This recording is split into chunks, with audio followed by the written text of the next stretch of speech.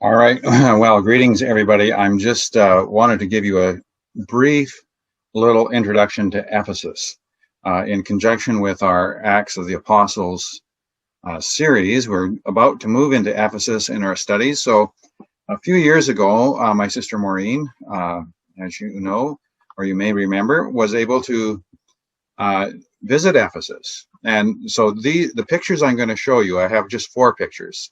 Rob scanned them in for me, but they're from her trip to Ephesus. And back at the time, she also went to Crete on that trip. This was before Rob and Maureen were married. I told her I would love to stow away on that trip. So what I want to offer you today is a brief pictorial introduction to Ephesus.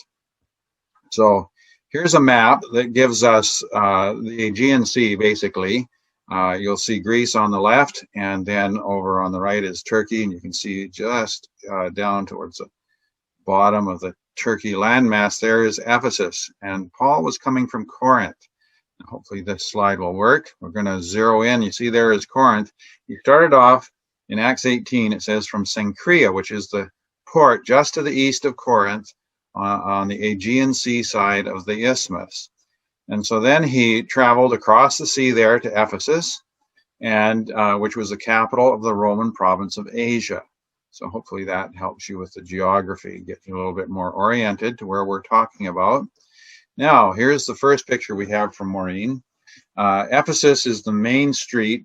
This is the main street of Ephesus, looking down the hill towards the library. Now,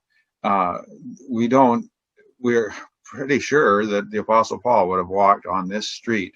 Archaeologists have reconstructed Ephesus because the city itself some years ago had moved away. The Goths came in and burned everything.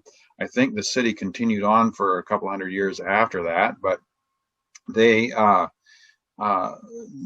eventually the city itself moved. So a lot of the ruins were left in place, and they were able to reconstruct a good deal of this.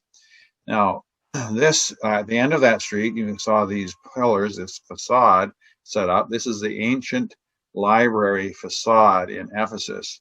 It was built in honor of a man named Croesus, who was one of the wealthiest citizens of Ephesus about 100 years before Christ. He in fact had been a consul in Rome, so one of the rulers of Rome in the Republican days before the empire. And he was actually buried in a sarcophagus in this building. Archaeologists discovered that sarcophagus there. And this library contained 12,000 scrolls. And it was one of the impressive sites in the city of Ephesus in that day. It was a center of learning and a center of the arts. Here we have the famous image of the goddess Nike, or Nike is how they would say it. That means victory. Nike is victory in Greek. In my reading on this, the Latin form of this, or name for this, would be Victoria. So there is a connection with us in that sense. Queen Victoria has that name, and of course Victoria, our city, has that name. And this was in a relief. It was in some of one of the gates originally of the city, and the library I had just showed you was dedicated to Nike and Eros, the god of victory and the god of love. So there you go. I'm not sure how those work together, but maybe they did.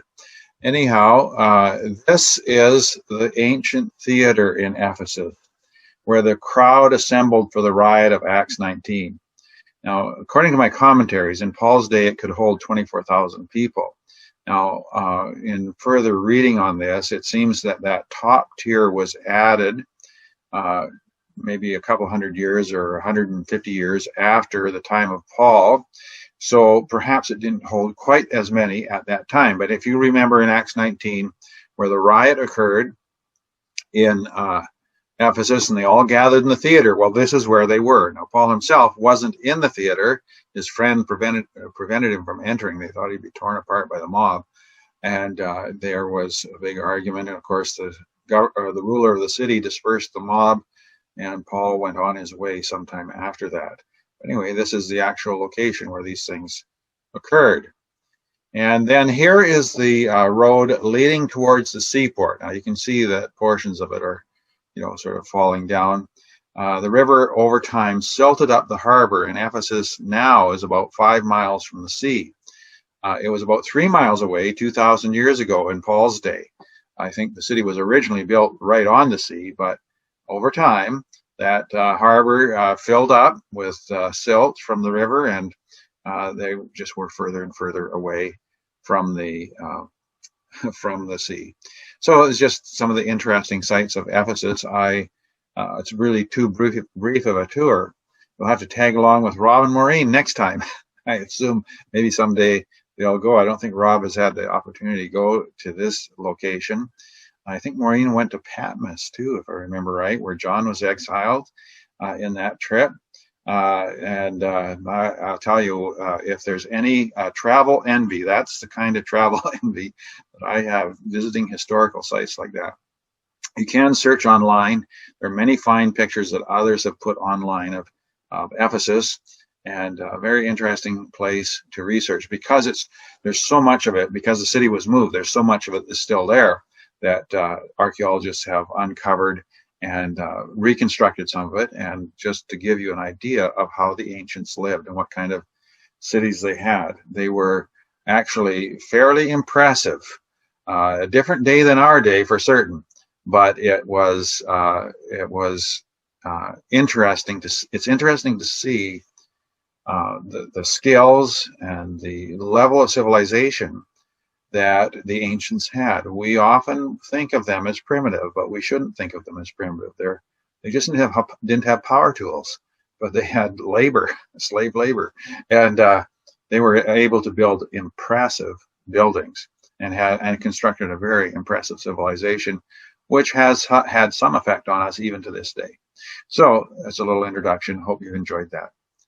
We'll be back to our regularly scheduled programming after this. Lord bless.